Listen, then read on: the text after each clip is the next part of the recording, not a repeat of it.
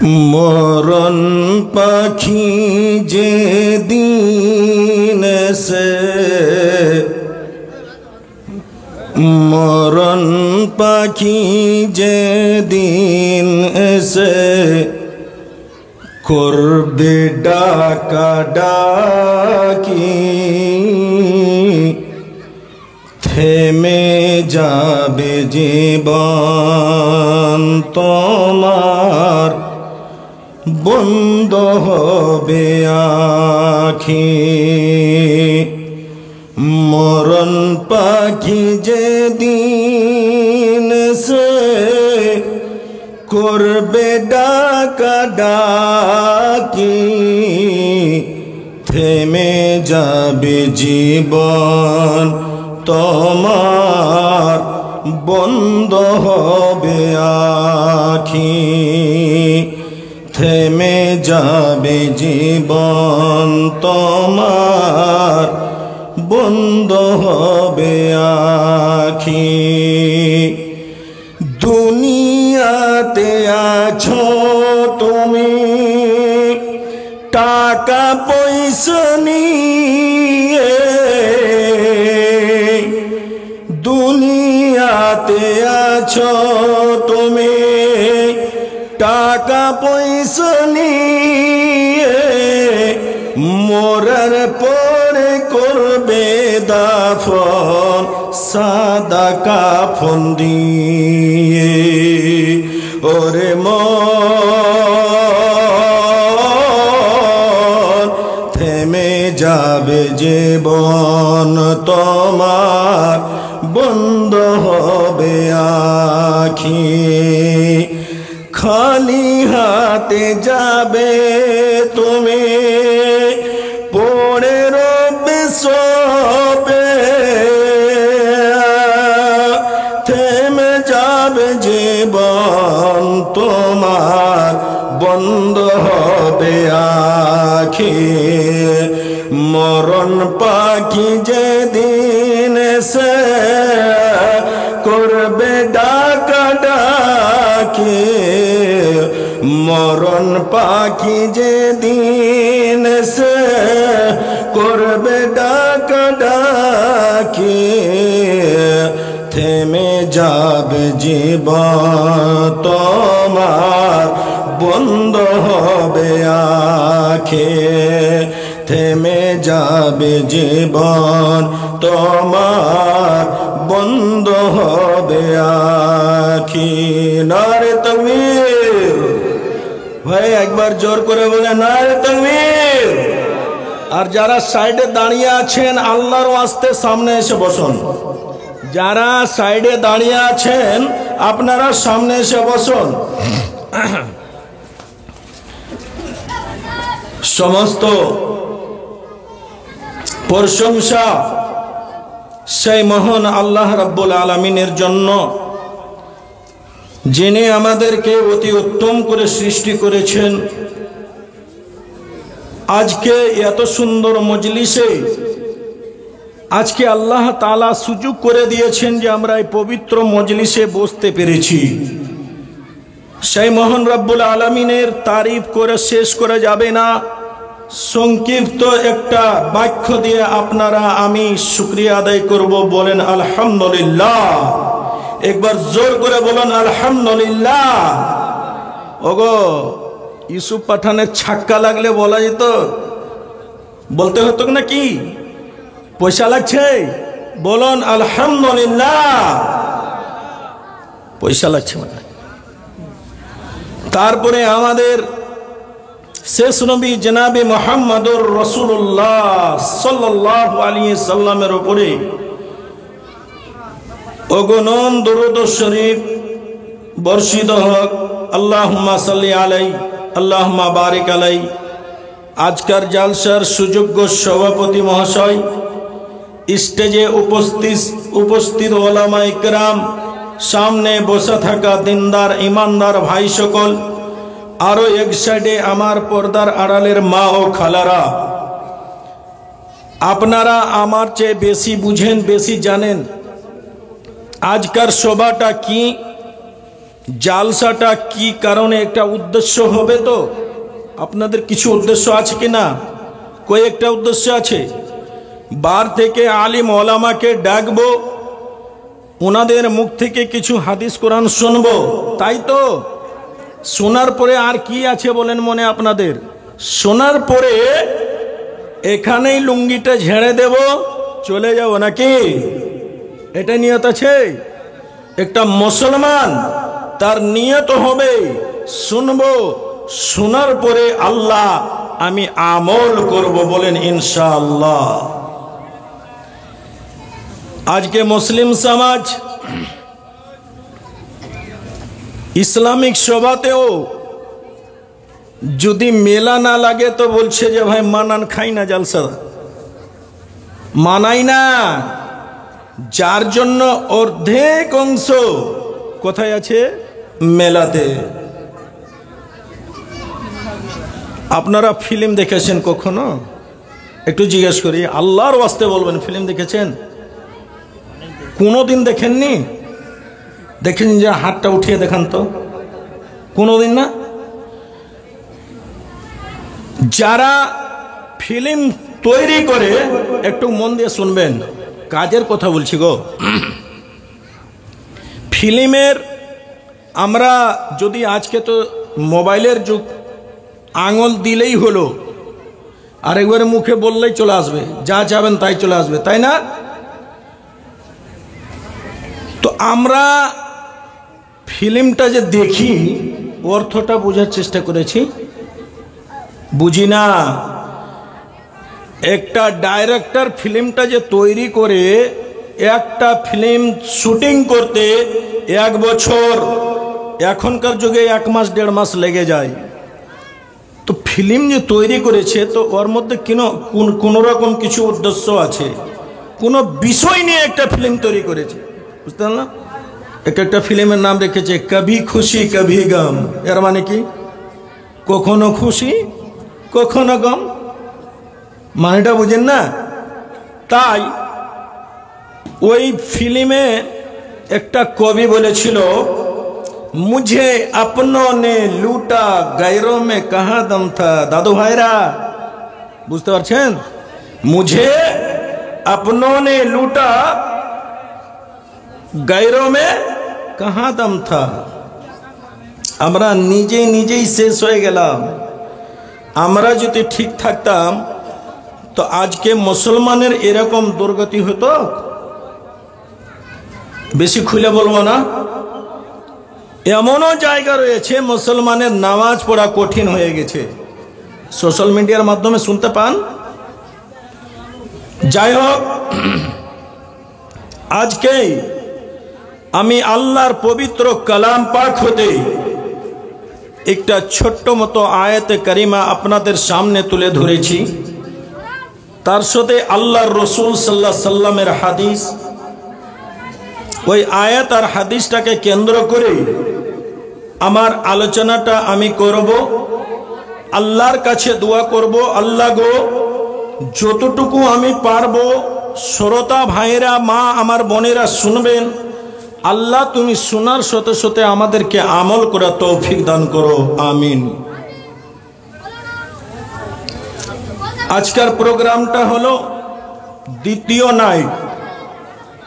হ্যান্ডমেলে লেখা আমি দেখেছি, আজকের জালসাটা আসল উদ্দেশ্য হলো আপনাদের মসজিদের উন্নতি কল্পে জালসা, নাকি? এখন পর্যন্ত আমার মা খালারা আজকে যা পোলাও রান্না করেছে আর বিরিয়ানি, যা মেহমানদারি করছে, এখন পর্যন্ত আমার মায়েরা এই প্যান্ডালে আসতে পারলো না। আমার ভাইরা এদিক ওইদিকে সব ছিন্ন ভিন্ন হয়ে আছেন। আপনারা আসুন, সভাতে আপনারা এসে সুন্দরভাবে বসুন। আল্লাহর কোরআন এবং আল্লাহর রসুলের হাদিস দিয়ে কিছু আজকে আল্লাহ তাআলা শোনার সুযোগ করেছেন, আমরা শুনব।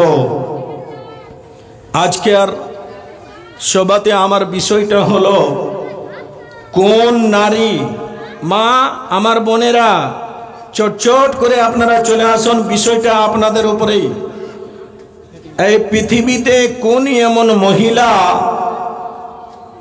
আল্লাহর নিকটে সবচেয়ে উত্তম? কথা বুঝতে পারছেন?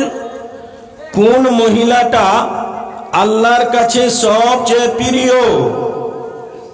ভাই আমার, আজকে আমরা নিজে বিয়ে করি বা ছেলেদের বিবাহ করিয়ে বৌমাটাকে বাড়ি নিয়ে আসি। আমরা কয়েকটা কারণে আজকে আমাদের সমাজে ছোটবেলাতে বিবাহ করিয়া দিই। এরকম হয় কি হয় না? কি কারণে করিয়া দিই? আমি হারাম বলছি না, আপনাকে মানা করছি না, তবে আমি একটা কথা বলতে চাই। আজকে ছোট সন্তান আপনার, ওই বাচ্চাটার বিবাহ করার জন্য আপনি প্রস্তুত। যেই ছেলেটার বিবাহ আপনি করাবেন, যে মেয়েটা বোমা হয়ে আপনার বাড়িতে আসবে, ওই বাচ্চাটা, ওই মেয়েটা যেন এতটুকু কথা জানতে পারে, আমি আজকে শ্বশুর বাড়ি বোমা হয়ে চলে যাব, তবে আমার স্বামীর আমার উপরে কতটুকু হক রয়েছে, এই কথাটা যেন ওই মেয়েটা জানে। বুঝতে পারলেন? স্বামীটা যেন জানে যে আমি একজন পরের বেটিকে যে নিয়ে আসব, ওই মেয়েটার দায়িত্ব আমার উপরে কতটুকু আছে, যেন ওই বাচ্চাটা, ওই ছেলেটা যেন বুঝে। আজকে আমার সমাজ বুঝে না। ভাইরা আমার,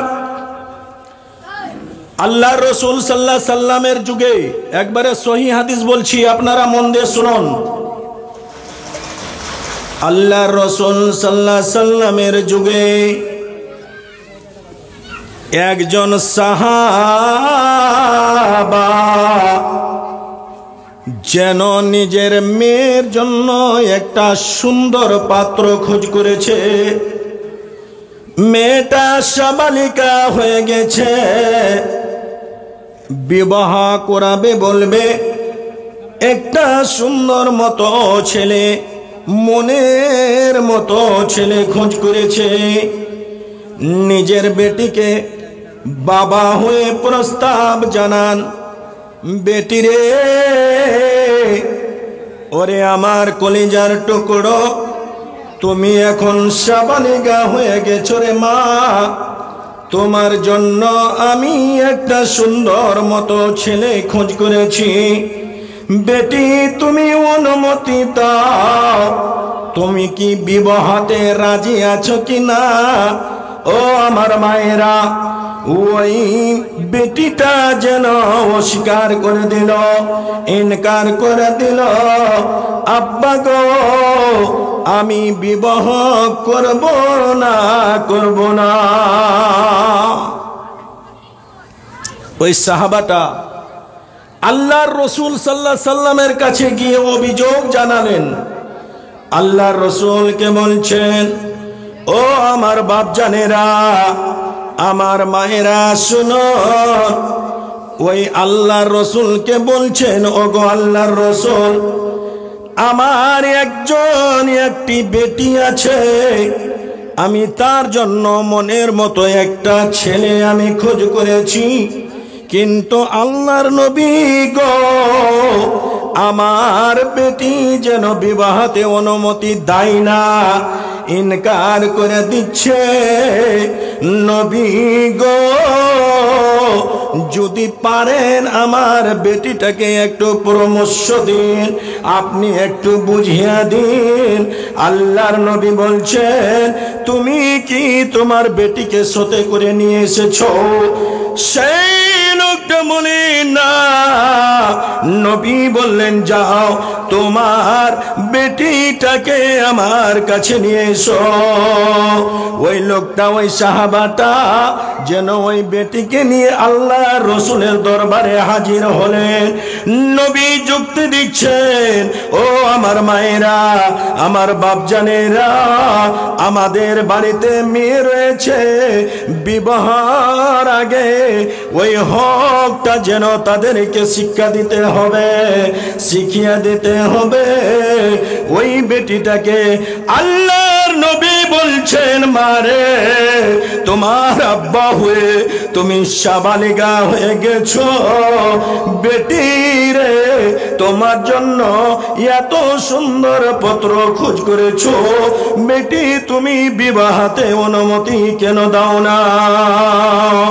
ওই মেয়েটা বলছে আল্লাহর নবী আমি বিয়ে করে আমার বিবাহ হয়ে যাবে, আমি শ্বশুর বাড়ি চলে যাব নবী গো, তবে আপনার কাছে কিছু জানার আছে।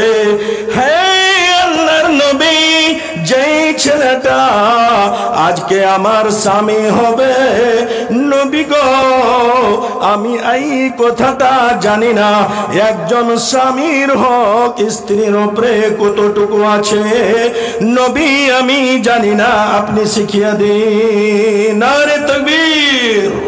ভাই আমার, আল্লাহর রাসূল এবার বলছেন একজন স্বামীর হক কতটুকু আছে। আমার মা খালারা শুনবেন, একটু মনোযোগ দিয়ে আপনারা শুনুন আজকে বর্তমানে যুগে কি হয়। আল্লাহর নবী বলছেন মা ওরে আমার বেটি শুনো, একজন স্বামীর হক তোমার উপরে কতটুকু আছে। মানে শুনো, তোমার স্বামীর গায়ে শরীরে যদি কোনো রকম একটা ফোট হয়েছে, একটা ঘা হয়ে গেছে, মারে স্বামী যদি তোমাকে বলে রহিমার মা, জাহিদার মা, আয়েশার মা আমার ফোট থেকে রক্ত বার হচ্ছে, পুজ বার হচ্ছে, তবে তুমি আমার এই ফোটের রক্তগুলোকে মুছে দাও। শুধু তাই নয় বেটি শোনো, তোমার স্বামী যদি বলে ওগো রহিমার মা এই সমস্ত রক্ত পুঁজগুলোকে তুমি নিজের জিহ্বা দিয়ে চেটে চেটে পরিষ্কার করো, নবী বলেন বেটি রে তোমার অধিকার নাই যে তুমি অস্বীকার করে দিবে, তুমি ইনকার করবে। যদি তোমার স্বামী বলে ওই পুঁজ রক্তগুলোকে তুমি নিজের জিহ্বা দিয়ে চেটে চেটে সাফ করো, তবুও তোমাকে করতেই হবে।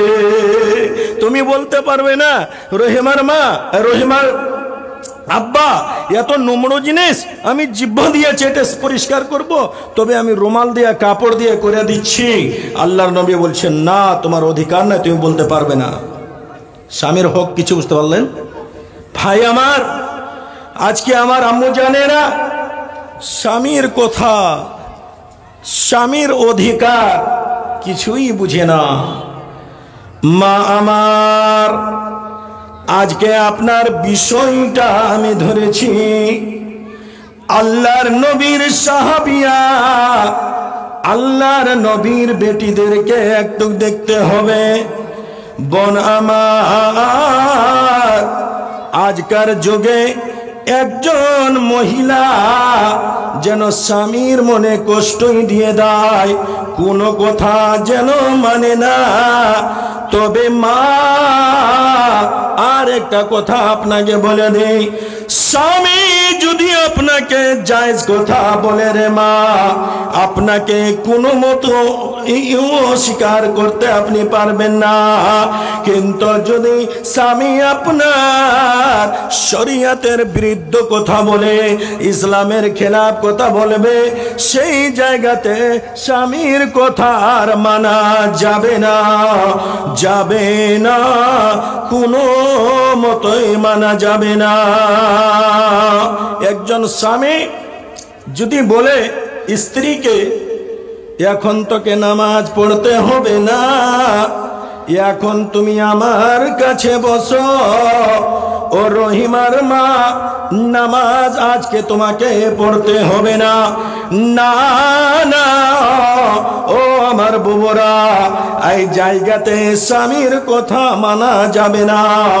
একবারে ফরজ নামাজ আপনাকে আদায় করে নিতে হবে, বরং আর স্বামীর কোনো এরকম কথা অস্বীকার করা যাবে না। তবে রে মা, নফল রোজা যদি তুমি রাখো, নফল রোজা রাখার জন্য ওই জায়গাতে তোমার নেতাগিরি চলবে না মা আমার, ওই জায়গাতে তোমার ইচ্ছা চলবে না। তুমি যদি নফল রোজা রাখো অবশ্যই অবশ্যই তোমার স্বামীর অনুমতি নিতে হবে, ওকে জিজ্ঞাসা করতে হবে। স্বামী যদি তোমাকে আদেশ দিয়ে দেয় তবে তুমি নফল রোজা রাখবে রে মা, কিন্তু স্বামী যদি তোমাকে অনুমতি না দেয় কোনো দিন আপনি রোজা রাখতে পাবেন না। বন্ধু আমার, ও আমার মায়েরা, আল্লাহর নবী জনাবে মুহাম্মদুর রাসূলুল্লাহ সাল্লাল্লাহু আলাইহি ওয়াসাল্লাম বলেন, হে আমার উম্মতের মহিলারা, ওই আল্লাহর কাছে ওই মহিলাটা সবচেয়ে প্রিয়, ওই মহিলাটা সবচেয়ে উত্তম, যে মহিলাটার মধ্যে তিনটি গুণ থাকবে, তিনটি সিফাত থাকবে। তার মধ্যে এক নম্বর গুণ, ও আমার মায়েরা আপনাকে আমি বলি, এক নম্বর গুণ রে মা, আপনার স্বামী জমিনে চাষ করতে গেছে, আপনার স্বামী যেন টোটো রিক্সা চলেতে গেছে, কুলির কাজে গেছে রে মা, কত ক্লান্ত হয়ে বাড়ি আসছে, স্বামী আপনার বাড়ি আসছে, আপনার মনে কত রকম কষ্ট থাকলেও বেদনা থাকলেও আল্লাহর নবী বললেন সর্বপ্রথমে মা তোমার স্বামীর আমনে সামনে হতে গেলে তোমার মুখ থেকে যেন 25 গ্রামের হাসি বার হয়ে যায়। যতই কষ্ট থাকুক মনে, স্বামীকে দেখার সাথে সাথে এই মুখটা মুচকে মরে একটু হাসতে হবে। একটা গুণ হলো, বুঝতে পারলেন? একটা গুণ হলো মহিলাদের, যেই মহিলাদের মধ্যে তিনটা গুণ বলবো, একটা বলে দিলাম, স্বামীকে দেখলেই একটু হাসিটা যেন ভাসিয়ে উঠাবে। আর ওই হাসিটা দেখার পরে কি হবে?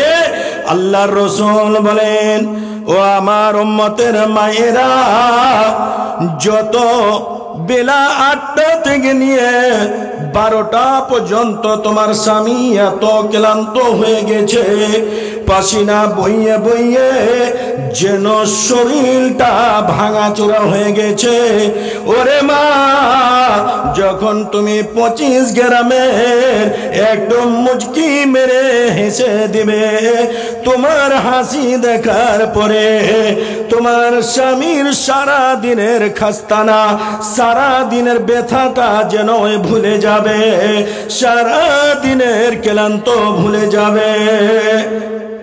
আজকে বর্তমান যুগে আমার মায়েরা করে, স্বামী কালিয়াচক বাজার থেকে আসছে আর ওই মহিলাটার মুখ থেকে হাসি বার হয়ে গো, খুবই কম দেখা যায়। মা আমার, আজকে স্বামী বাড়ি এসেছে, আসার সতে সতে বলে, বিবি রে আমাকে অনেক জোরে পিপাসা লেগেছে, ওরে রহিমার মা আমাকে তাড়াতাড়ি 1 গ্লাস পানি দাও। আমার মায়েরা উত্তরে কি বলে? ওগো রহিমার আব্বা, হাইসাল ঘরে একটু ঢেলে আপনি পানিটা নিয়ে নেন। আর একটু যদি স্বামী বলে, আহারে বিবি, কখনো তোমাকে কোনো কথাতে আমি পেলাম না, আমার উপরে তুমি আদেশ চলাও, আমার উপরে হুকুম চলাও, তখন আমার মা দুটি কথা আর বলে দেয়। স্বামীটা বলছে, হ্যাঁ রে, কোনো কথা বলছে তো শুনিস না কেন? এটা তোর কোন অভ্যাস যে তুমি কাজ করে এসেছো, তো তুমি কি মুখ্যমন্ত্রী হয়ে এসেছ? আমি কি বাড়িতে বসে আছি? মা এই কথা তোমার বলা চলবে না। কেন? আল্লাহ রসুল সাল্লাল্লাহু আলাইহি সাল্লাম বলছেন, মা আমার, তোমার স্বামী বাহির থেকে এলো, জানি না রে মা, ওই সময় তুমি যেন খোলাতে রুটি দিয়েছ, রুটিটা পাল্টি না মারলে রুটি কিন্তু পুড়ে যাবে। ঠিক ওই সময় স্বামী তোমাকে ডাক দিয়েছে, ওরে ফুলটুনের মা, ও রহিমার মা, তুমি এখন চুলা ছাড়ো, তুমি তাড়াতাড়ি ঘরে এসো, আমার দরকার আছে। আল্লাহ নবী বললেন, ওরে আমার উম্মতের বেটিরা, এতটুকু তুমি স্বামীকে আর বলতে পারবে না। রহিমার আব্বা 2 মিনিট অপেক্ষা করো, রুটিটা পাল্টে না দিলে রুটিটা পুড়ে যাবে। নবী বললেন, না না মারে, রুটি পুড়ছো পুড়তে দাও, কিন্তু স্বামীর মনটা তুমি পুড়িয়ে দিও না। হে আমার মায়েরা, তুমি অনেক জীবনে নামাজ পড়েছো, রোজা রেখেছো রে মা, দান করেছো, সাদকা করেছো। আল্লাহর নবী বলছেন, ওই মহিলা ওই অবস্থায় যদি মৃত্যু গ্রহণ করে, মা আমার, সেই সময় যখন আপনার জীবনটা শেষ হইতে চলেছে, সেই সময় ওই স্বামীটা তার উপরে দুঃখিত আছে। আল্লাহর নবী বলেন, মারে, তোমার জীবনের সমস্ত আমল আল্লাহর দরবার থেকে বেকার হয়ে যাবে, কোন রকম আমল যেন গ্রহণযোগ্য হবে না, আর ওই মহিলাটা আল্লাহর জাহান্নামে যাবে যাবে, ইয়ার মধ্যে কোন রকম সন্দেহ নাই। স্বামীর মর্যাদা শুনুন আমার মায়েরা, আমার খালারা, আল্লাহর নবীর যুগে আরেকটা সহি ওয়াকিয়া আপনাদের সামনে আমি তুলে ধরছি। ওরকম নারী, ওরকম মহিলা আজকের যুগের আমার মা খালাদেরকে হতে হবে। একজন আল্লাহর নবীর সাহাবা, যার নাম হলো হযরতে আবু তালহা রাদিয়াল্লাহু তাআলা আনহু। আহারে কত প্যারা সাহাবা। আজকে একটা দিনী প্রোগ্রাম চলছে ভাই আমার, আজকে আমি নরম গরম বিছনটা ছেড়ে এখানে আসতে পারছি না। আল্লাহর নবী যেন ঘোষণা করে দিলেন, ওরে আমার সাহাবারা, শোনো শোনো, তোমাদেরকে অমুক জায়গায় যুদ্ধর ময়দানে যেতে হবে, তবে সাহাবারা শোনো, তোমরা যাও যাও, নিজের নিজের স্ত্রীর সাথে সাক্ষাৎ করে নাও, কথাবার্তা করে নাও। কেন রে আমার সাথীরা, ও আমার সাহাবারা, কোনো গ্যারান্টি নাই ওই ময়দান থেকে তুমি সহি সালামত বাড়ি ফিরে আসবে, কি আল্লাহর রাস্তায় তুমি শহীদ হয়ে যেতে পারো। নিজের স্ত্রীর সঙ্গে তোমরা দেখা করে নাও। আল্লাহু আকবার। হযরতে আবু তালহা রাদিয়াল্লাহু তাআলা আনহু নিজের স্ত্রীকে বলছেন, বিবি রে, আল্লাহর নবীর এলান হয়ে গেছে রে বিবি, আল্লাহর নবীর ঘোষণা হয়ে গেছে। বিবি রে, আমি অমুক জায়গায় চলে যাব রে বিবি, তবে তোমার সঙ্গে কথা আমি বলছি।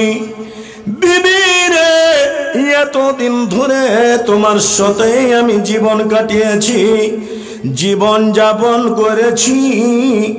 বিবি, যদি কোন রকম আমার দিক থেকে কোন রকম কষ্ট হয়ে থাকে, বিবিরে আল্লাহর রাস্তে ক্ষমা করে দাও।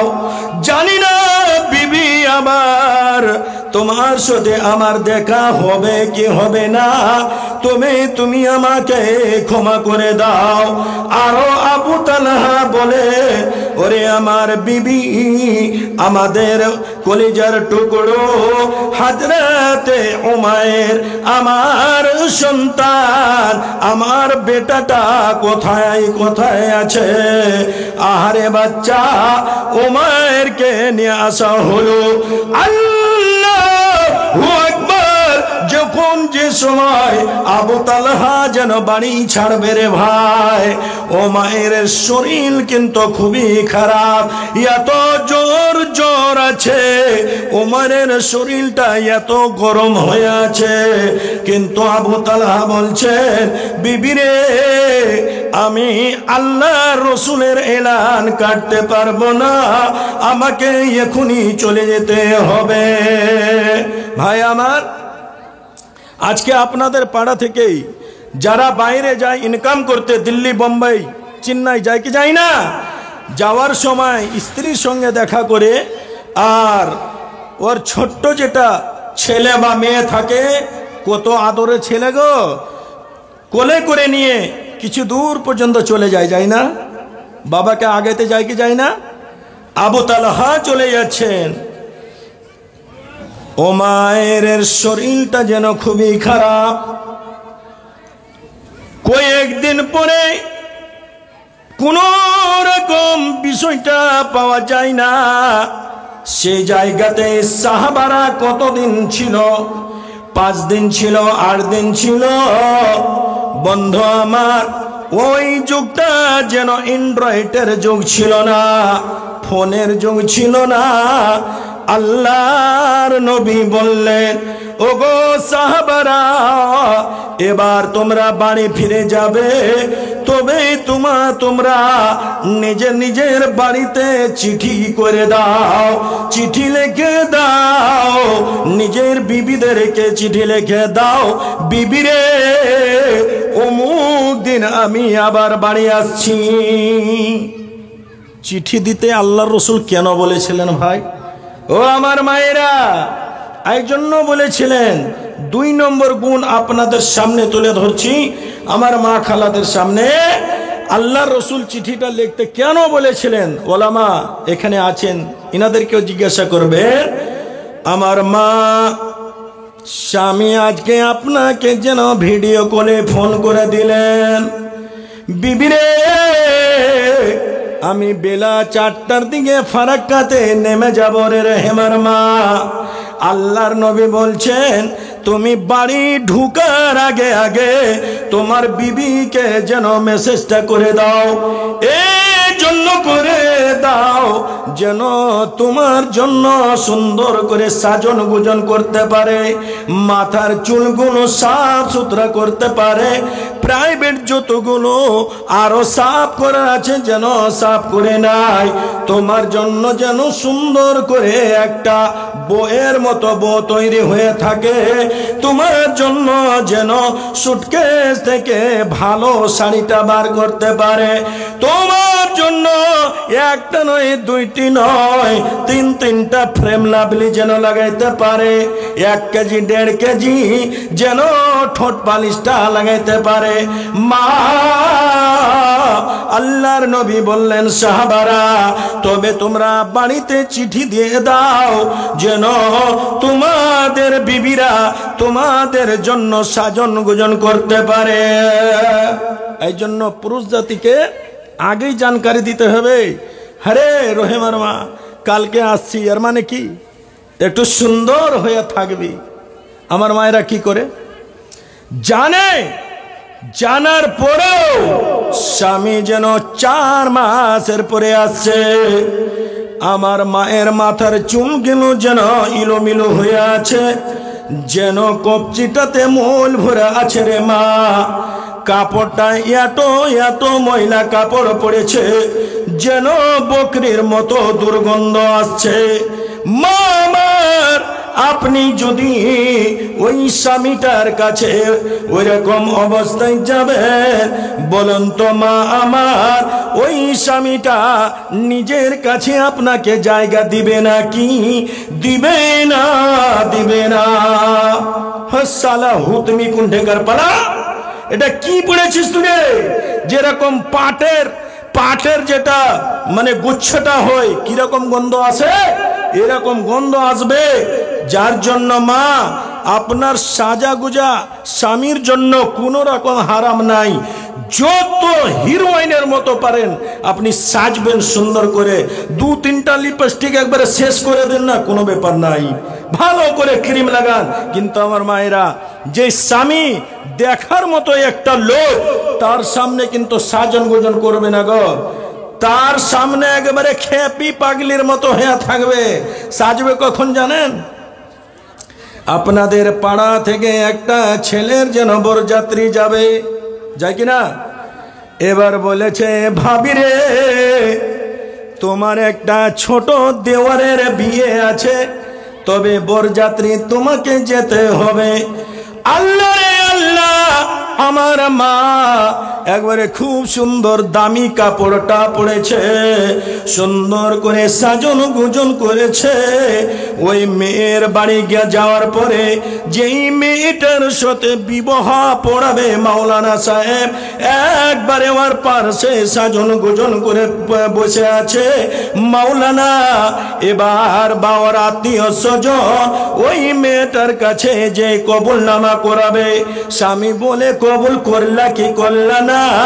ওই কবুল করানেওয়ালা লোকটা যেন টেনশনে পড়ে গেছে, আল্লাহ রে আল্লাহ, এটা বউ হবে না এটা বউ হবে। একদম ভানিটা এমন করে সেজেছে, চিনা যায় না জি, ইয়ার বিয়ে হবে না, লাগছে ওইটাই বউ হবে। মামা, তবে স্বামীর কাছে এই মতো সাজন গুজন করতে গেলে এরকম পরিস্থিতি আসতো। এই যে কান্না করছে মৌলভী সাহেবের কাছে, সর্দারের কাছে গিয়ে, যে সর্দার সাহেব একটু কথা শুনি, কি হলো রে? যে তোমাদের পোতা দিল্লি গেছিল, দিয়ে সতে করে একটা বহু নিয়ে চলে এসে, আছে না? আছে কিনা? হ্যাঁ, তো তুমি যখন ওর সামনে সাজন গুজন করবা না, ফুলটনের বিয়েতে তুমি সাজন গুজন করবা, ও বিয়ে করবে না তো কি করবে? এই জন্যই তো তুমি যদি চাই চিকন হয়ে থাকতে, ইসলাম যেটা তোমাকে বলেছে ওই কথাটা যদি ওই মতো যদি কাজ করতা, তোমার স্বামীকে দ্বিতীয় বউ নিয়ে আসতো? আসতো ভাই? আসতো না। মা আমার, এই লোক কই গো? এগুলো জায়গা এরকম খালি থেকে যাবে নাকি? হ্যাঁ, আপনাদের মসজিদের ফের কালেকশন করব, কার হাতে করব, কি করব আল্লাহ। তো ভাই আমার মায়েরা শুনুন, এবার আবু তালহার দিকে চলুন। আবু তালহা রাদিয়াল্লাহু আনহু বাড়ি ফিরে আসছেন। মা মন দিয়ে শুনুন, আজকার পরে স্বামীর সাথে এরকম ব্যবহার করবেন না। আবু তালহা মনে করেন একবারে ফারাক্কা স্টেশন আশেপাশে চলে এসেছেন। এর মধ্যে ওই চোখের নয়নের তারা, কলিজার টুকরো যেন ওমার, যে বাচ্চাটাকে আবু তালহা অসুখের অবস্থায় ছেড়ে গেছিলেন, আসার সময় হয়ে গেছে, ফারাক্কা মনে করেন চলে এসেছে। ইতিমধ্যে তার সন্তান যেন মৃত্যু গ্রহণ করে নিল, আল্লাহর পেয়ারা হয়ে গেল। আহারে মহিলা, এরকম মহিলা হতে হবে মা। হযরতে আবু তালহার স্ত্রী, যার নাম হলো রমাইশা, রমাইশা বাড়ির পরিবারের সমস্ত লোকদেরকে বলছে, ওরে আমার ভাইরা, ও আমার বুবু জানেরা, আমার স্বামী বাড়ি কয়েকদিন পরে আসছেন, আর আমার বাচ্চাটা যেন জীবন শেষ হয়ে গেল, আল্লাহর প্রিয় হয়ে গেছে। তবে আমার বাড়ির মহিলারা শোনো, এই মরণের খবরটা তোমরা আমার স্বামীকে কেউ শোনাবে না, দরকার পড়লে সময় হিসাবে আমি নিজেই বলে দেব। আরে বিবি জান, ওই বাচ্চাটাকে গোসল পানি দিয়ে যেন চাদর উড়িয়ে বাড়ির একটা রুমের এক সাইডে রেখে দিয়েছে। আহারে স্বামীর ফরমা বারদার ওই রমেশা স্বামীকে ওয়েলকাম করবে, স্বামীকে ধন্যবাদ জানাবে বলে সুন্দরভাবে সাজন গোজন করেছে। সুন্দরভাবে মাথার চুলগুলোকে আঁচড়িয়েছে, যেরকম একজন স্বামীর জন্য তৈরি হতে হবে রে মা। রমেশার সন্তান কিন্তু মারা গেছে, কত বড় মনে কষ্ট, কত বড় মনে বেদনা আছে, তারপরেও যেন স্বামীকে কষ্ট দেবে না, তবুও তার স্বামীকে নারাজ করবে না। সুন্দরভাবে সাজন গজন হয়েছে। আবু তালহা বাড়িতে ঢুকছেন। একটু মন দিয়ে শুন রে মা, জীবনে এই সমস্ত কাজ, এই সমস্ত কথা আপনার কাজে লাগবে।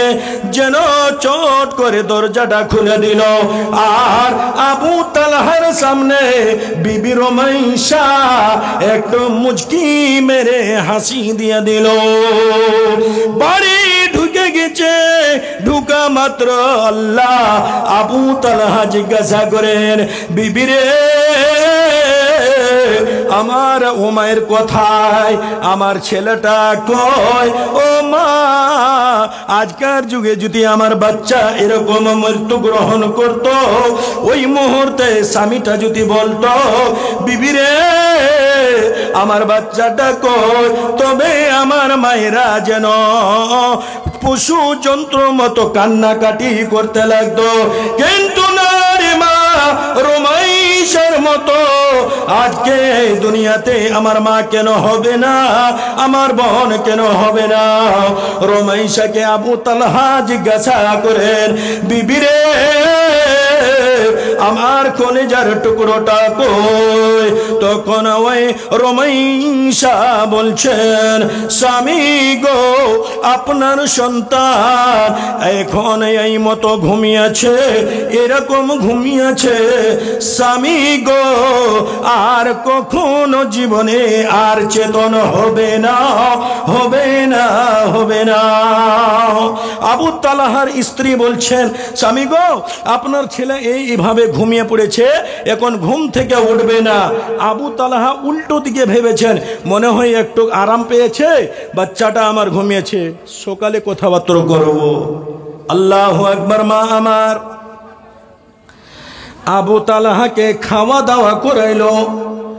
আজকে এই যুগে কোন মা হবে নিজের বাচ্চাকে চাদর দিয়ে রেখে দেবে, আর স্বামীর যেন প্রেমে স্বামীকে খুশ করার জন্য সাজন গোজন করবে রে মা। আবু তালহাকে খানদান হলো, আলহামদুলিল্লাহ। যা হওয়ার স্বামী স্ত্রীতে সহবাস হয়ে গেল, মিলন হয়ে গেল। আল্লাহু আকবার। যেন সকালে ফরজ গোসল হয়ে গেল। ওরে মা, এবার স্বামীকে কষ্ট দেব না বলে রমেশা বলছেন, স্বামী গো, তবে একটা কথা আমি লুকিয়ে রেখেছিলাম, আপনাকে, আপনার কাছে আমি একটা পরামর্শ চাই। আবু তালহা বলেন, বিবি রে কি পরামর্শ তুমি বলো? ও মা, এরকম জ্ঞানী আপনাদেরকে হওয়ার দরকার আছে। রমেশা বলছে, স্বামী গো, কোন লোক একটা জিনিস, কোন সামান আমাকে ধার দিয়েছে, ধার, বুঝতে পারলেন? ধার, যাকে আমানত বলা হয়, দিয়েছে, 2, 4, 5 মাস, 6 মাস আমার কাছে থেকে গেল। ওর সামানটা ও যদি চাহে তো ওই সামানটা দেওয়ার জন্য আমি কি কান্না করব? আমি মাথা ফাটাবো? গাল নুচানুচি করব? আবু তালহা বলছেন, না, যার সামান ও যদি চাহে তো খুশি মনে দিয়ে দিতে হবে। রমেশা এবার বলছেন, স্বামী গো, আমাদের একজন সন্তান কলিজার টুকরো, আল্লাহ রাব্বুল আলামিন আমাদেরকে আমানত হিসাবে দিয়েছিলেন। আল্লাহর আমানত আল্লাহ তাআলা আমাদের কাছে নিয়ে নিয়েছেন। স্বামী রে, আর ও মায়ের এই দুনিয়াতে নাই, আল্লাহর আমানত আল্লাহ নিয়ে নিয়েছে। মা আমার এরকম জ্ঞানী মহিলা আজকে মাটিতে পাওয়া যায় না রে মা, আজকে এরকম পাওয়া যায় না। যদি এই মুহূর্তে আজকের যুগে কোন স্বামী যার খবর যদি পেয়ে নাই, ভাই রে, তোর ওমর নামের ছেলেটা আজকে মৃত্যু গ্রহণ করেছে, তুমি তাড়াতাড়ি বাড়ি ফিরে এসো। আল্লাহ স্বামীটা যেন কান্নাকাটি করতে করতে বাড়ি এলো। মা আমার, ওই স্বামীটাকে তুমি কোন রকম সমঝোতা দিতে পারলেন না, সবুর দিতে পারলেন না, বরং স্বামীর সামনে আমার মায়েরা এমন ভাবে কান্নাকাটি করে। ওদের কান্না শোনাবো নাকি? কেমন কান্না করে গে? আল্লাহু আকবার। একটা চাষি মানুষ চাষ করতে গেছে জমিনে, ইতিমধ্যে একটা কোনো আত্মীয় স্বজনের মরার খবর চলে এসেছে। বিবিটা একবারে চলে গেছে ভুঁই, যার বলছে, স্বামী গো, আর সইতে পারি না, তাড়াতাড়ি আপনি বাড়ি চলেন। এবার ওই স্বামীটা যেন জিজ্ঞাসা করছেন, কি হলো রে রহিমার মা, তোমার চোখে জলটা কেন? তখন আমার মা যাও বলে, আমার মা বলে, রহিমার বাপ, আমাদের রহিমার ফুপাইতো বোনের খালাইতো নাতির পোতার ভাতিজা মারা গেছে রে বাজি রে। এমন কান্না কাঁদছে যে বাজি বলে আপনি কানবেন এরকম, আপনি যেভাবে কাঁদছেন মা আমার। আবু তালহার বিবি হযরতে রুমাইসার এই ঘটনা থেকে আপনি কি শিখতে পারলেন? স্বামীর মনে কষ্ট দেওয়া যাবে না। আর একটু আগিয়ে নিয়ে যায়, তারপরে আপনাদের মসজিদের জন্য আপনাদের কাছে কিছু নিব, পালিয়ে যাবেন না কিন্তু। কেন অনেক লোক দান থেকে খুব ভয় করে, হ্যাঁ। আর এই দানের মাহফিলটা কত বড় মূল্যবান জায়গা আপনাকে সেটাও বলবো। সহি হাদিস থেকে বলছি, আল্লাহর নবীর যুগে একজন সাহাবা হযরতে সালমান ফারসি আর একজন সাহাবার নাম হযরত আবু দারদা। এই দুইজনের মাঝখানে আল্লাহ রাসূল সাল্লাল্লাহু আলাইহি সাল্লাম ভাই ভাইয়ের একটা সম্পর্ক করিয়ে দিলেন। তোমরা দুইজন নিজের ভাইয়ের মতো। সালমান ফারসি একদিন আবু দারদার বাড়ি গেছেন, আর গিয়ে দেখছেন, এবার পুরুষদেরকে বলবো, আপনাদের উপরে ওই বিবিটার যতটুকু অধিকার রয়েছে, যতটুকু হক রয়েছে, ভাই আমার, বিবির হক আপনাকে আদায় করে দিতে হবে।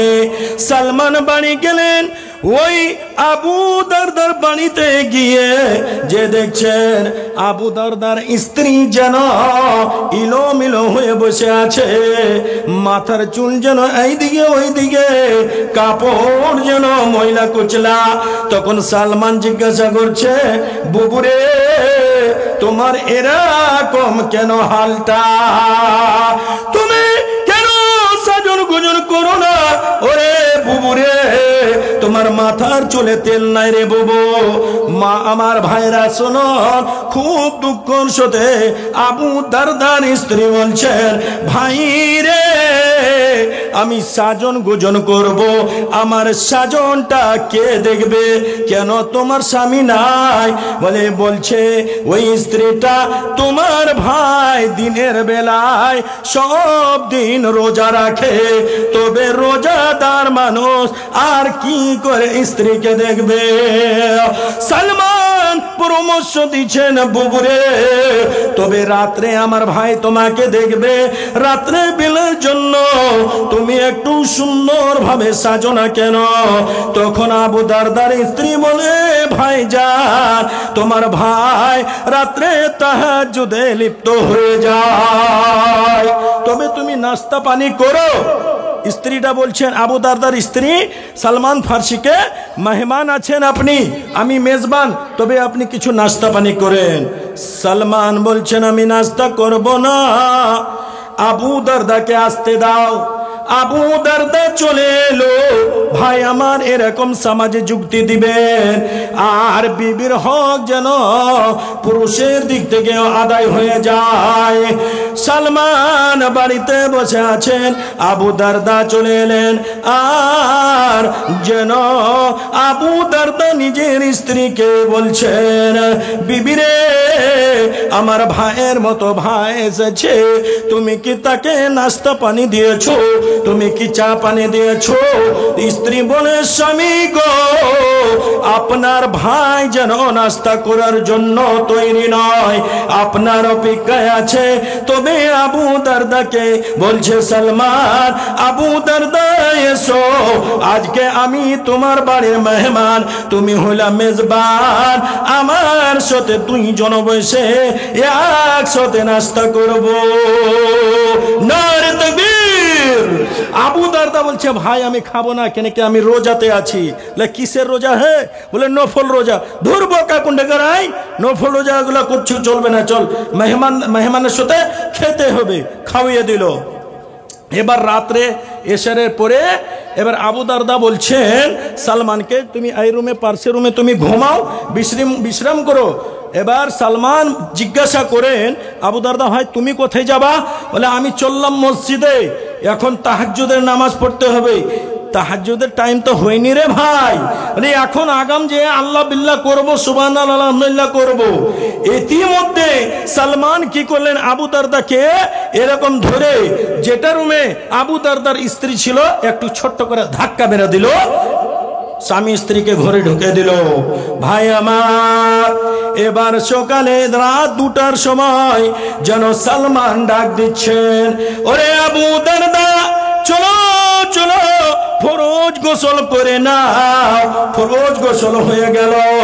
এবার সালমান শিখিয়ে দিলেন, ভাই আমার, তোমার আল্লাহ 2টি চক্ষু দিয়েছে, তোমার উপরে চোখের হক রয়েছে, তোমার শরীরের হক রয়েছে, তবে আল্লাহর ইবাদত করতে গেলে তোমাকে এই শরীরের হকটাও আদায় করতে হবে।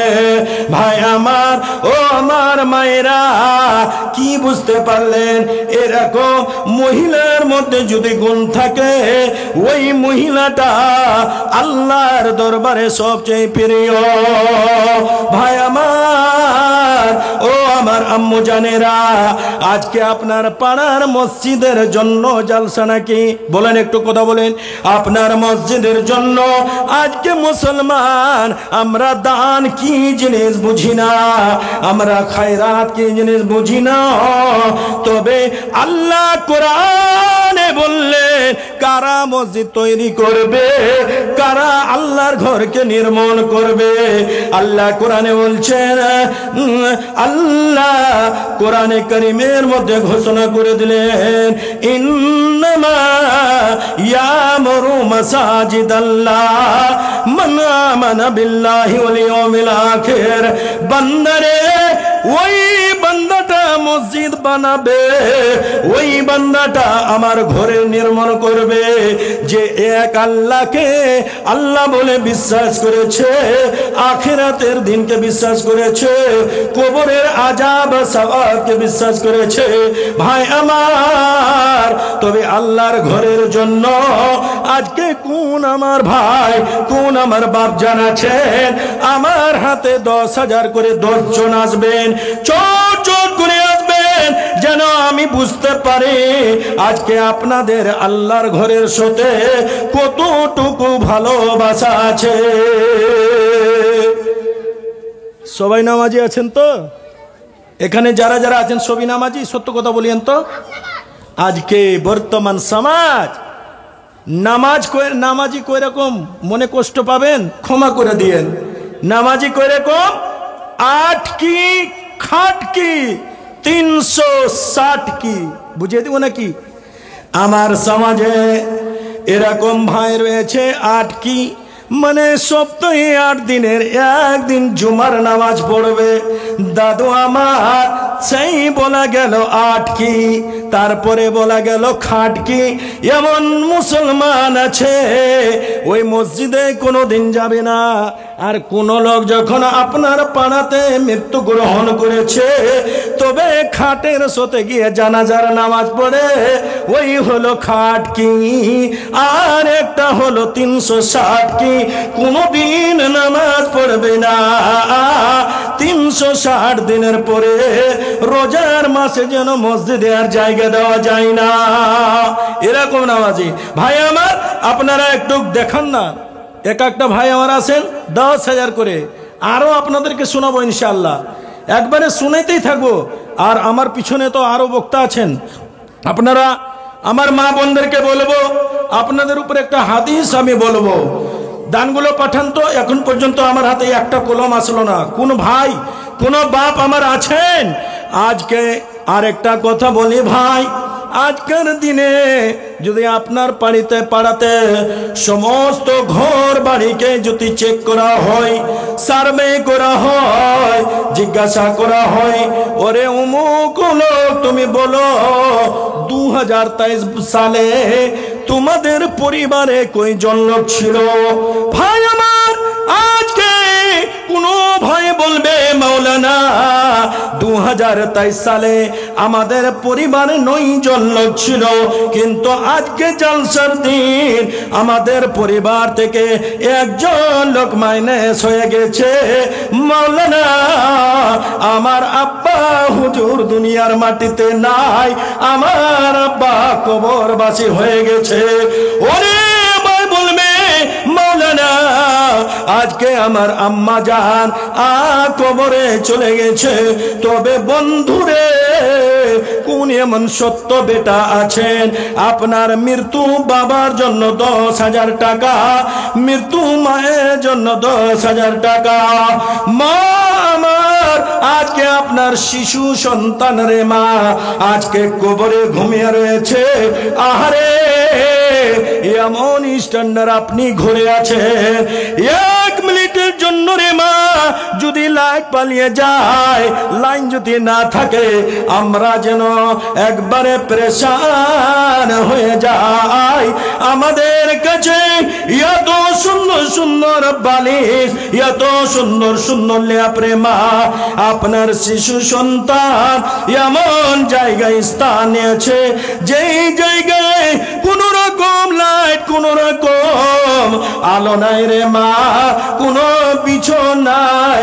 আজকে ওই বাচ্চাটা, আজকে আপনাদের মৃত্যু ব্যক্তি বাবাটা, আপনার আম্মা জান যেন আপনার দানের দিকে ডুগুর ডুগুর তাকায়।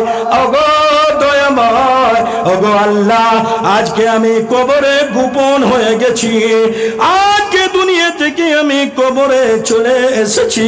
আল্লাহ গো, দুনিয়ার মাটিতে আমার 4টা সন্তান ছেড়ে এসেছি, আমার স্ত্রীকে ছেড়ে এসেছি। ওগো দয়াময়, আজকে তোমার ঘরের জন্য আজকে মাওলানা তাফাজ্জল বারবার ডাক দিচ্ছে। আল্লাহ রে, মনে হয় আমার বেটা আমার ক্ষমার জন্য দান করবে, আমার মাফির জন্য দান করবে।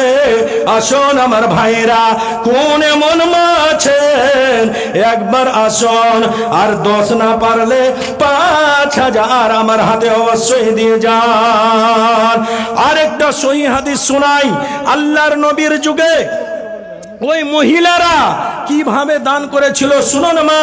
3 ঘন্টা ধরে আল্লাহর রাসূল এই মতো ওয়াজ করেন নাই।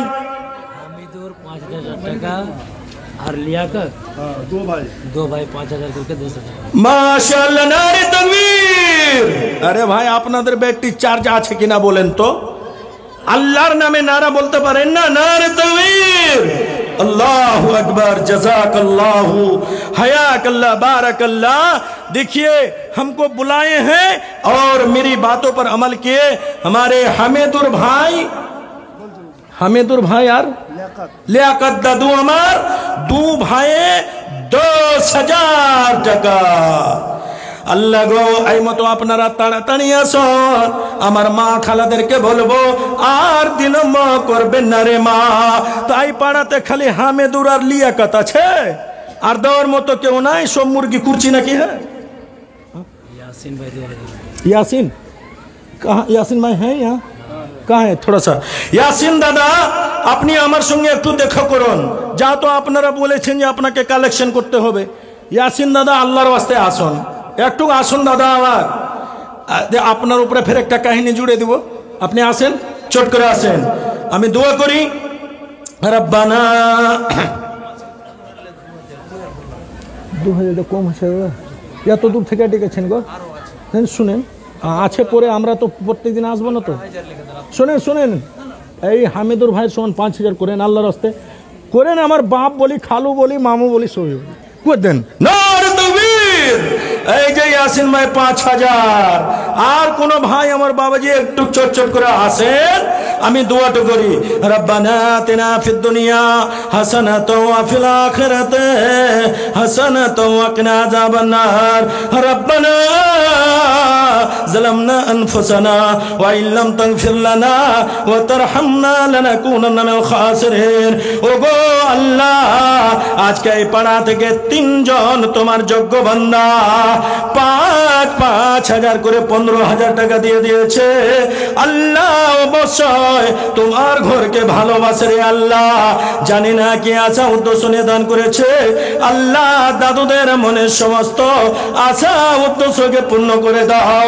হ্যাঁ দয়াময়, তাদের ইনকামে বরকত দান করো আল্লাহ, তাদেরকে সুখের জীবন দান করো আল্লাহ গো। যদি আত্মীয় স্বজন কবরবাসী চোর হয়ে গেছে রে আল্লাহ, জানি না কি অবস্থায় আছে আল্লাহ, এই দানের বিনিময়ে তাদের কবরের আযাবকে দূর করে দাও আল্লাহ, তাদের কবরকে নূর দিয়ে ভর্তি করে দাও আল্লাহ, তাদেরকে জান্নাতুল ফিরদাউসে জায়গা দাও। বিসমিল্লাহ বলিয়া শুরু করিলাম আদায়, 5 করে আল্লাহ এলো 3 ভাই মিলিয়া দেখি 15,000 টাকা। আর 5,000 দিতে দিও না গো ধোকা। দানের পরিমাণ হলো 15,000। গরম করো গো আল্লাহ ইনকামের বাজার, নেকিও দানিবে মাওলা হাজার। যে উদ্দেশ্য নিয়ে করে গেল দান, উদ্দেশ্য পূরণ করো গো দয়াবান। ও গো আল্লাহ দয়াময়ী করি মোনাজাত, সাগীরা কবিরা আল্লাহ করো মাগফিরাত। বাবুদেরকে দিও আল্লাহ ইমানে হায়াত। আমিন আমিন। আসুন ভাইরা আমার, টুকটুক করে দেখলে হবে গো। আমার মা খালারা দিচ্ছেন না যে, আমার মা আমার বোনেরা, আজকের দান আপনাদের গুরুত্বপূর্ণ দান হবে। বলবেন মৌলানা আমাদের কাছে পয়সা নাই, তো দিদি যে লক্ষ্মীর ভান্ডার দিচ্ছে গো, হ্যাঁ ওটা কি করলেন? একটা গজল বলি, আমার মায়েরা দান পাঠাবে নাকি? মনোযোগ দিয়ে শুনবেন। দিদি দিল লক্ষ্মীর ভান্ডার রে, খুশি হইল সব বদিরা আমার। দিদি দিল লক্ষ্মীর ভান্ডার রে, খুশি হইল সব মায়েরা আমার। কথা বাস্তব বলছি কিনা? প্রথম মাসের শুরুর দিকে লক্ষ্মী ভান্ডারের মেসেজ ঢুকে, প্রথম মাসের শুরুর দিকে লক্ষ্মী ভান্ডারের মেসেজ ঢুকে। পাড়ায় পাড়ায় দোকানে গিয়ে মেসেজটা করে যে উদ্ধার। দিদি দিল লক্ষ্মীর ভান্ডার রে, খুশি হইল সব খালারা আমার। টাকা তুলে যাই বাজারে, মেকআপের সামান খরিদ করে। টাকা তুলে যাই বাজারে, মেকআপের সামান খরিদ করে, আর বুবুদেরকে স্বামীর পড়ে না দরকার। দিদি দিল লক্ষ্মীর ভান্ডার রে, খুশি হইল সব বুবুরা আমার। তাই আমার মায়েরা, আমার বোনেরা, আপনারা 500 ওই দিদির টাকা যেন আল্লাহর ঘরে জমা করে দাও। আল্লাহর নবী, জানি না ভাইরা আমার, আজকার যুগে আপনাদের ঈদের নামাজ কোথায় হয়? ঈদগাড়াতে হয় না মসজিদে? মসজিদে হয়। কোথায় হয়? ঈদগাহতে হয়। আল্লাহর নবী একদিন মক্কার মহিলাদেরকে, হে মা, মন দিয়ে শুনুন, এই জীবনটা কখন শেষ হয়ে যাবে আর এই সুযোগটা পাবেন না। আল্লাহর নবী বললেন, ওই মক্কার মা খালাদের সামনে যেন দাঁড় হয়ে গেলেন। নবী বললেন, ইয়া মাশারান নিসা তাসাদ্দাকনা ফাইন্নী উরিতুকুন্না আকসারা আহলিন নার। হে আমার উম্মতের বেটিরা, ও আমার উম্মতের মহিলারা, তোমরা জীবনে বেশি বেশি বেশি দান করো, সাদকা করো, খয়রাত করো। ওরে আমার মায়েরা, ওই জামাত থেকে একজন মহিলা দাঁড় হয়ে গেল। মা আমার, আপনারা দানগুলো পাঠান, আপনার জন্য দোয়া করব। প্রায় জালসাতে যাই রে মা, ওই জালসাগুলোতে যেন সোনার গোলার মালা পর্যন্ত পাওয়া যায়, চাঁদের হার পাওয়া যায়, কানের ফুল পাওয়া যায়, কানের দুল পাওয়া যায়। আজকে পাড়াতে কোনো আম্মা জান এরকম নাই। আমার বয়স হয়ে গেল, আজকে আমি আল্লাহর ঘরে এই সোনার কানের বালাটা জমা করে দেব। আল্লাহ কিয়ামতে আমাকে যেন আবার জান্নাতে দিবে। আসেন আমার মা, আমার খালারা, ও আমার বাপ জানেরা, আল্লাহর নবী বললেন, মা, তোমরা জীবনে বেশি বেশি সাদকা করবে, দান করবে, খয়রাত করবে। একজন মহিলা যেন দাঁড় হয়ে গেল রে।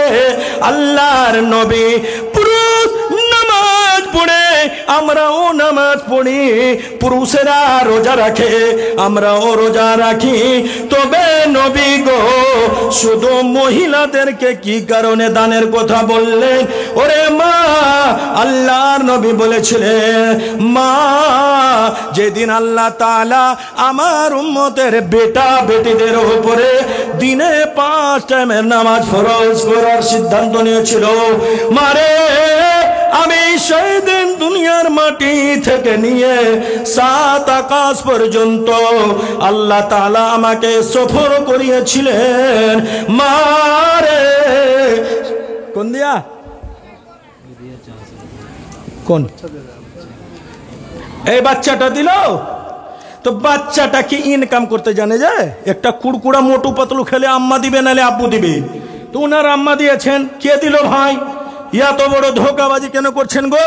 হ্যাঁ, আপনি আর 100 টাকা দিবেন, কে দিয়েছে? আল্লাহর ওয়াস্তে দিয়ে দাও বাপ জান আমার।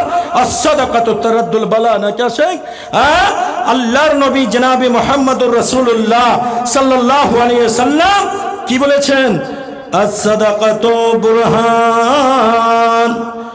ওরে আমার উম্মতের বেটারা, ভাই সকল, আজকে আপনারা জমিন কিনাকিনি করেন, তবে ভালোভাবে জানেন জমিটা আপনি লক্ষ টাকা দিয়ে খরিদ করেছেন, আর ওই জমিটার রেকর্ড, ওই জমিনের দলিল যদি আপনার নামে না হয়, বন্ধু বলুন তো ওই জমিটা কি আপনি দখল করতে পারবেন? কখনো পারবেন না। তাই আল্লাহর নবী বললেন, জান্নাতের জায়গাটা এত দামি রে মা, জান্নাতের জায়গাটা এত দামি। হযরত আবু হুরায়রা রাদিয়াল্লাহু তাআলা আন বলছেন, আবু হুরায়রা হাদিসটা বর্ণনা করতে গিয়ে বলেন, ক্বালা রাসূলুল্লাহ সাল্লাল্লাহু আলাইহি ওয়াসাল্লাম মাউযিউ সাউতিন ফিল জান্নাতি খায়রুম মিনাদ দুনিয়া ওয়া মা ফিহা। হে আমার উম্মতের নূর, হে আমার উম্মতের নারীরা, যদি তুমি জান্নাতে, জান্নাতে এত দামি জায়গা, যদি তুমি জান্নাতে একটা লাঠি রাখার সমান জায়গা খরিদ করতে চাও, পুরো পৃথিবীর সম্পদ বিক্রি করে দেওয়ার পরেও যেন আল্লাহর জান্নাতে একটা সামান্য লাঠি রাখার সমান জায়গা খরিদ করা যাবে না, যাবে না, যাবে না। তাই দেখি আল্লাহ ফেরো যোগ্য বাবু এলো, 400 টাকা আল্লাহ তোমার রাহে দিল, বাবুর দান আল্লাহ তুমি করো হে বলো, ক্ষমা করে দাও আল্লাহ জীবনের ভুল, ইমান আমলে আল্লাহ রাখিও বাহালো। ও আল্লাহ দয়াময়, দয়া যে করিয়া, আর গুনাহ খাতা যত আছে দাও বখশাইয়া। কিবা দোয়া করি মওলা বাবুর কারণ, আর বাবুকে দানিবে মওলা সুখের জীবন, আমিন আমিন। আল্লাহ রাসূল সাল্লাল্লাহু আলাইহি সাল্লাম ওই মহিলাদের মাঝখানে দুটি কথা বলেছিলেন, ইয়া মাশারান নিসা তাসাদ্দাকনা ইন্নী উরি ফাইন্নী উরিতুকুন্না আকসারা আহলিন নার। মা আমার দান দিবেন কি না দিবেন এই কথাটা একবার শোনো। আল্লাহর নবী বললেন, তোমরা মহিলারা বেশি বেশি করে দান করো। একজন মহিলা যেন আল্লাহ নবীকে জিজ্ঞাসা করলেন, নবী গো, কি কারণে আমাদেরকে মহিলাদেরকে জাহান্নামে বেশি বেশি দেখেছিলেন? আল্লাহ কোরআনে আমার মা ও আমার বুবুরা আপনাদের জীবনের 2টি গুনাহ তুলে ধরেছেন। আল্লাহ বলছেন, 1 নম্বর গুনাহ আমার বান্দীদের হলো তুকসুরুল আল্লাহ। 1 নম্বর গুনাহ হলো যেন আমার বান্দীরা স্বামীর মালে না শুকরি করবে। মা আমার, আপনার স্বামী যদি 100 টাকা দেয়, আপনার স্বামী 200 টাকা দেয়, একবার আল্লাহর শুকরিয়া আদায় করে আপনি একবার শুকরিয়া আদায় করে নিয়ে নেন। আমাকে দিবেন না তো ওতে কেন রাখলেন আপনি? কি নাম আপনার का? हाँ, वो दूसरा दिया है। अरे भाई, घर में तो आग लग गई घर ही के चिराग से। আপনারা গ্রামের হয়ে 100 টাকা দিবেন গো। কি নাম রে বাবু? ফাইজান। শুনো শুনো, তোমার নাম ফাইজান? ওই 400 টাকা দিয়া। আচ্ছা, মাশাআল্লাহ, নারে তাকবীর। আরে একবার আল্লাহু আকবার বলেন না গো, পয়সা লাগবে না। আরে আমি মাইকলে আপনাদের কাছে চলে যাব ইনশাআল্লাহ। নারে তাকবীর, আল্লাহু আকবার, জাযাকাল্লাহ ইয়াকাল্লাহ বারাকাল্লাহ। মনে ভাষা আপনারা বুঝেন না, না কেমন কি ভাষা বোঝেন না? একটা মূর্খ মহিলা বেটাকে নিয়ে চলে গেছে সদর হসপিটালে, 5-6 বছরের ছেলে। তো ডাক্তার বাবু জিজ্ঞাসা করছেন, এ বাচ্চা কা উমর কিতনা হুয়া? তো মূর্খ মানুষ, মেয়েটা ভাষা বুঝে না, তো যে হ্যাঁ আমাদের বাড়িতে উমর টুমর কে হুনাই জি। রে উমর কিতনা হুয়া? ले उमर टुमर के हुनाई। तो साधारण মানুষটা আর পাড়ার প্রতিবেশী ছিল, বলছে আরে বুবু বয়সটা জিজ্ঞাসা করছে, তোর বেটার বয়স। তো হ্যাঁ, তো ওই রকম বলবে তবে তো উমর হুমার করছে, তো উমর আমি বুঝি না। বুঝতে পারলেন? এরকম আমার মা খালারা 500 টাকা ফাইজান পূর্ণ করে দিয়েছে। রব্বানা আতিনা ফিদ দুনিয়া হাসানাতাও ওয়া ফিল আখিরাতি হাসানাতাও ওয়া কিনা আযাবান নার। রব্বানা ظلمنا أنفسنا وإن لم تغفر لنا وترحمنا لنكونن من الخاسرين আল্লাহ গো আমার ছোট বাবু ফাইজান 100 টাকা দিল 500 দেখি আল্লাহ দাবি পূরণ করিল বাবু জানের দানা আল্লাহ করো হে কবুল ক্ষমা করে দাও আল্লাহ ছোট বড় ভুল ও গো আল্লাহ দয়াময় তুমি পাকবারে ফাইজানকে বানাও আল্লাহ নেক কাজে জারি আমিন আমিন আমিন আসুন আমার মা একটু দোয়া করার সুযোগটা দিবেন আমার মা খালারা পাঠান এই যে জিলাপি চলে এলো এটা ডাক লাগাবেন নাকি গো হ্যাঁ আচ্ছা মাশাআল্লাহ তো আসুন আমার মা খালাদের পক্ষ হতে এক একটা দান চটচট করে পাঠান তবে আমি বলছিলাম थोड़ा गिलास मंगाइएगा ना शेख तो अल्लाह रसूल सल्लल्लाहु अलैहि वसल्लम আমার মায়েরা শুধু আপনাদেরকে বলবো রে মা কেন हैदर साहब 1000 रुपया तो हैदर यहाँ पर है ना एक पार्सल करके आया वो बच्चा है यही तो गलत है बच्चा अभी कमाने जानता है जी हाँ इसकी माँ दिया है या तो उसका अब्बू दिया है नहीं नहीं ऐसे पानी पिलाए ना गिलास ले तो हैदर भाई हैदर बाबू मेरे तुम्हारी अम्मी का आंचल धर के एक बार लगड़ा लगड़ी करो हाँ जैसे दुकान में जिद करता है और 1000 लगेगा इतना सुंदर हैदर नाम है दान ठीक नहीं है नारे तकबीर अल्लाह अकबर जज़ाकल्लाह हयाकल्लाह बारकल्लाह अल्लाह गो हैदर नामे जोग्गो बाबू एलो क्या एक लड़का दिया नामटा पाওয়া যায় না গো আধার কার্ডের ফিঙ্গার লিংক হয়েছে কি হয়নি হ্যাঁ আল্লাহু আকবার আল্লাহ হায়দার বাবু আমার 1000 টাকা দিয়েছে আল্লাহ গো হায়দারের দান আগরে সাগরে গ্রহণ করে নাও ও গো আল্লাহ দয়াময় ও গো পাকবারে বাবুর দান বানাইও সদকায়ে জারে আর দোয়া করি আল্লাহ ও গো পাক রব্বানা হায়দারের দান আল্লাহ করে রাখো জমা আপদ বিপদে আল্লাহ কবু ফেলিও না তাই দোয়া করি আল্লাহ ও গো পাকবারে হায়দার বাবুকে দিও আল্লাহ মোটরসাইকেল গাড়ি যতদিন থাকিবে মাওলা দুনিয়ার মাঝার বাবুকে দানিও আল্লাহ সুখের সংসার আমিন আমিন আবার একজন ফেরো ছিল বুদ্ধিমান 100 টাকা পরিমাণে লেখাইল দান বাবুর দান আল্লাহ তুমি করো হে গ্রহণ মিটাও মিটাও আল্লাহ মনের আরমান বাড়াইয়া দিও আল্লাহ ইজ্জত সম্মান